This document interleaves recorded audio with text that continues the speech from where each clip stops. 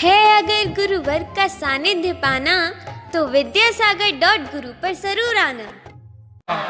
ओम नमः सिद्धेभ्यः, ओम नमः सिद्धेभ्यः, ओम नमः सिद्धेभ्यः।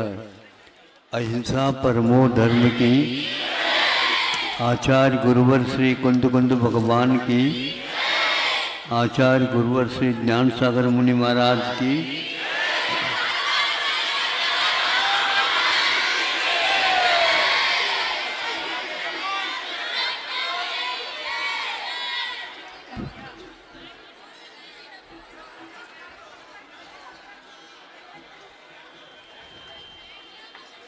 औषध की शीशी हाथ में है,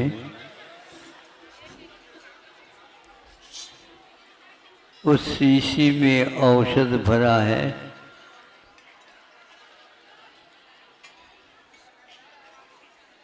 और औषध लेने के लिए कहा गया है। जिसको कहा गया था उसने शीशी उठा दी।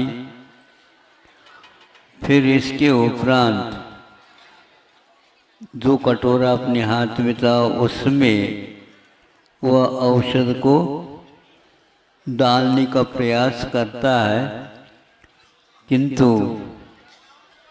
उसमें से वह औषध बाहर नहीं आ पाता। क्या बात हो गई? तो वह लड़का सोचता है, इधर उधर देखने के उपरांत ज्ञात उसको ये होता है इसके गले में कुछ अटका है।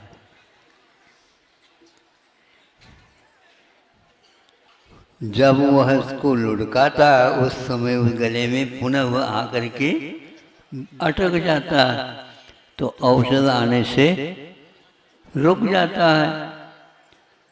2-3 बार करने के उपरांत वह सोचता है कि क्या गिरा है, तो ज्ञात हो गया जो डांट लगते हैं ना, क्या है ढक्कन। ढक्कन तो ऊपर रहते हैं, नहीं समझे? समझो ना।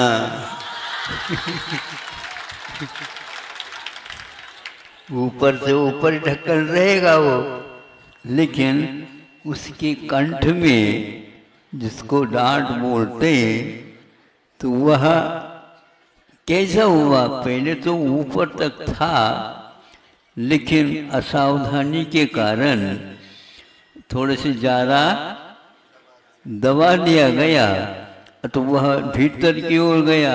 और उसको निकालने के लिए गए तो वह ऊपर न आकर के नीचे आ गया, नीचे आ गया, नीचे आ गया। इसलिए वो औषध समय पर बाहर नहीं आ पाए। फिर इसके उपरांत उसको सुई चुबो करके उसमें से निकाला, तो वह डांट भी मुलायम तो था, लेकिन वह भीतर ही भीतर पहुंच गया था। तो उसके माध्यम से युक्ति पूर्वक बाहर निकाल दिया गया।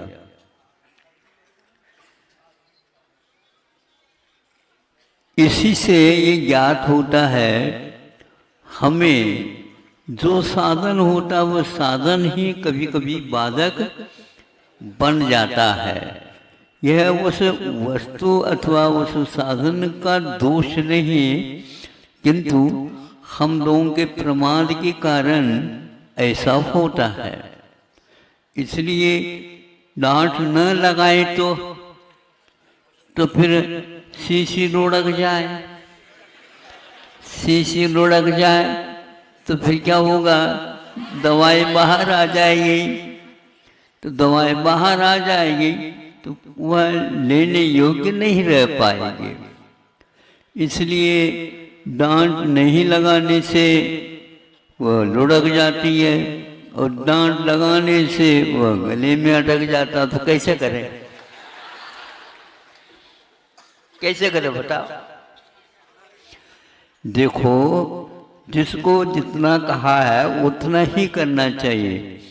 उसके परिधि से बाहर यदि डांट को ज्यादा डराओगे तो नीचे घुस जाएगा। और उसको कुछ भी नहीं दबाओगे तो फिर बाहर औषध आ जाएगा। इसीलिए थोड़ा तो डांट तो चाहिए ही, लेकिन ज़्यादा नहीं चाहिए।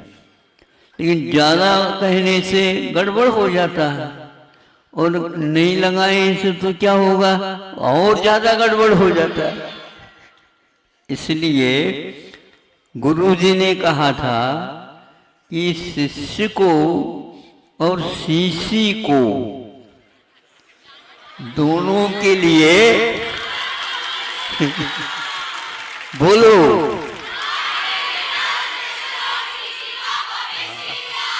बहुत अच्छा।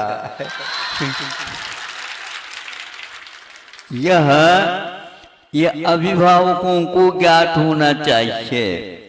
इसी प्रकार यह शिक्षक और शिक्षिकाओं को ज्ञात होना चाहिए कि डांट कितना लगा है।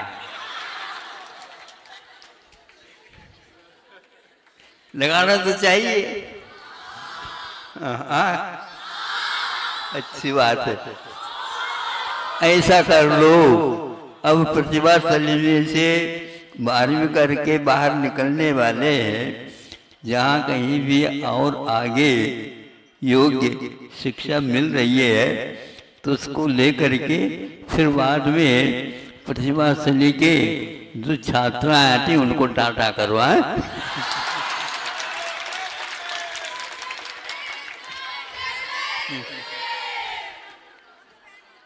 लेकिन आपकी डांट को कोई सहन करेगा क्या नहीं करेगा, ये आप लोगों को पहले सोचना। हाँ, उनका भविष्य सुरक्षित हो और स्व और पर कल्याण के लिए कारण हो, और जब से प्रारंभ होता तब से लेकर के अंतिम श्वास तक इस लक्ष्य की ओर आप बढ़ोगे, निश्चित ही यहाँ पर स्वर्ण अवसर आ सकता है। लेकिन बार बार पूछते हैं महाराज ये वातावरण जो हो रहे हैं बन रहे हैं इसमें आपका क्या कहना। तो हमारा कुछ अकेले के कहने से कुछ नहीं होता, प्रत्येक व्यक्ति का दायित्व होता है। उसको पूर्ण करने के लिए उसने अपनी परिधि के अनुसार सीमा तक उसको करते रहना चाहिए। उसका परिणाम बहुत अच्छा निकलता, लेकिन हम काम चलाओ बना देते हैं, उसके फलस्वरूप अब समझते हैं कि हमारा काम हो गया। नहीं, काम अभी प्रारंभ हो गया है।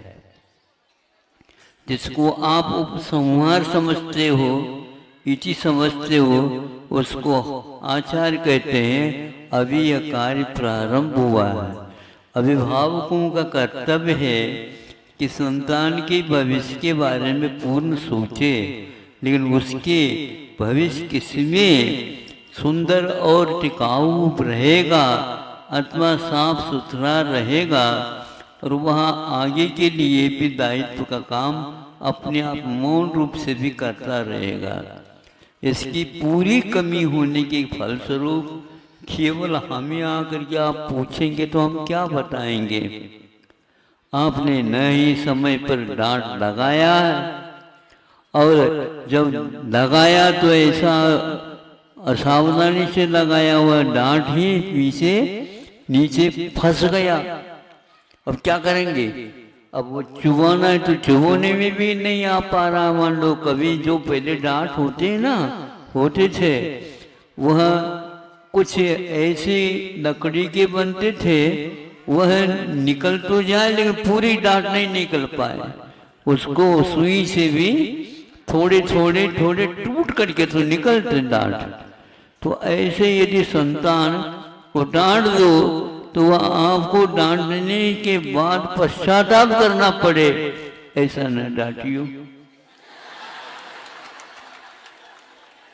बिल्कुल ऐसा न डांटियो, लेकिन बहुत विवेक के साथ डांटना पड़ेगा।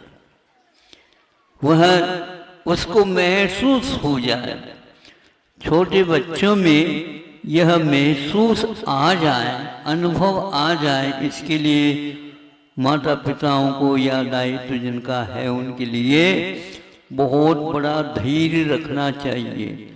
आप धैर्य खो जाते हैं, इसलिए यह दशा हो जाती है। कर्तव्य हमेशा हमेशा करने योग्य होता है, और कब से प्रारंभ करना और कब तक करना यह आप लोगों को ध्यान रखना चाहिए। अन्यथा मात्र जीवन को पाना ही सब कुछ नहीं है, जीवन को पा करके भी उसको खपाना भी पड़ता है। काय के लिए खपाना पड़ता है? तो अच्छाइयों को प्राप्त करने के लिए बुराइयों का खपाना अनिवार्य होता है। हाँ, सुगंधी चाहते हैं तो आप उसको घिसना ही पड़ेगा, तभी चंदन में से वह महक आए। अब आपके नाक बंद भी हो तो भी अपने आप ही सुरसुर करने लग जाए, क्योंकि उसमें गंध के कण अवश्य पहुंच जाते हैं, और वहाँ पर नासिका बिल्कुल सजग बैठी है तो अपने आप ही सुगंधी आ जाएगी। सुगंधी आ जाएगी क्या नहीं आ जाएगी, यह आप शंका न करें। यदि वह सुगंध है तो आएगी, और ये भी बात है सुगंधी है फिर भी नहीं आ रही है, तो आप अपनी नासिका को अवश्य ही जागृत करिए, और ऐसे जागृत करिए। थोड़ी बहुत करने से कुछ नहीं होता, उसमें बहुत कुछ भरा हुआ होगा, इसलिए उसको साफ करना अनिवार्य है। और वह ऐसे थोड़ी सी छिड़काने से नहीं निकलने वाला है, वो भी बहुत जाम बैठा है, चक्का जाम। नहीं समझे? मुख से श्वास लेना पड़ता है तो वह बिल्कुल शांत हो जाते। उससे यदि लेना चाहते मुख से बंद करके तो उसमें कुछ आता ही नहीं, श्वास ही नहीं आता, तो घुट जाए, ये स्थिति होती है। इसलिए आप बहुत विलंब कर गए, वो जबरदस्त चक्का जाम हो गया है। कितने दिन तक आप हड़ताल करो? इस हड़ताल से उस चक्का जाम के ऊपर कोई प्रभाव पड़ता ही नहीं है, क्योंकि रास्ते के बिना भी लोग रास्ता बना करके पहुंच जाते हैं, क्योंकि रास्ता चलने वालों का होता है। यदि चलने वाला है और रास्ता नहीं है तो वह पगडंडी तभी बनते हैं। इसलिए आप लोग अब हाईवे के चक्कर छोड़ दो, पगडंडी बनाना प्रारंभ कर दो, यात्रा तो सुखरूप हो ही जाएगी। वाहन पर साथ नहीं आएंगे, लेकिन इतना तो ध्यान रखो वाहनों को वहीं के वहीं रख दो। जब सड़क बनेगी, सरकार बनाएगी, तब देख लेंगे अहिंसा परमो धर्म की। संत शिरोमणि आचार्य गुरुदेव श्री विद्यासागर जी